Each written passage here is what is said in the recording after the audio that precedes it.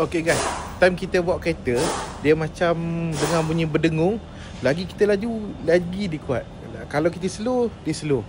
Itu adalah bunyi daripada bearing kereta tayar korang. So kalau korang nak tahu macam mana nak check dia, jom tunjuk. Oh, selamat.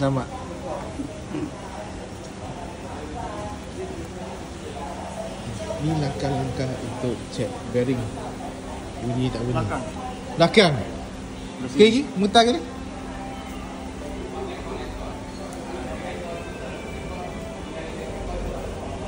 Oh, dengar. Dengar? Ha.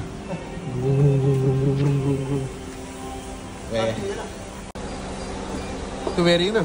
Ni bearing.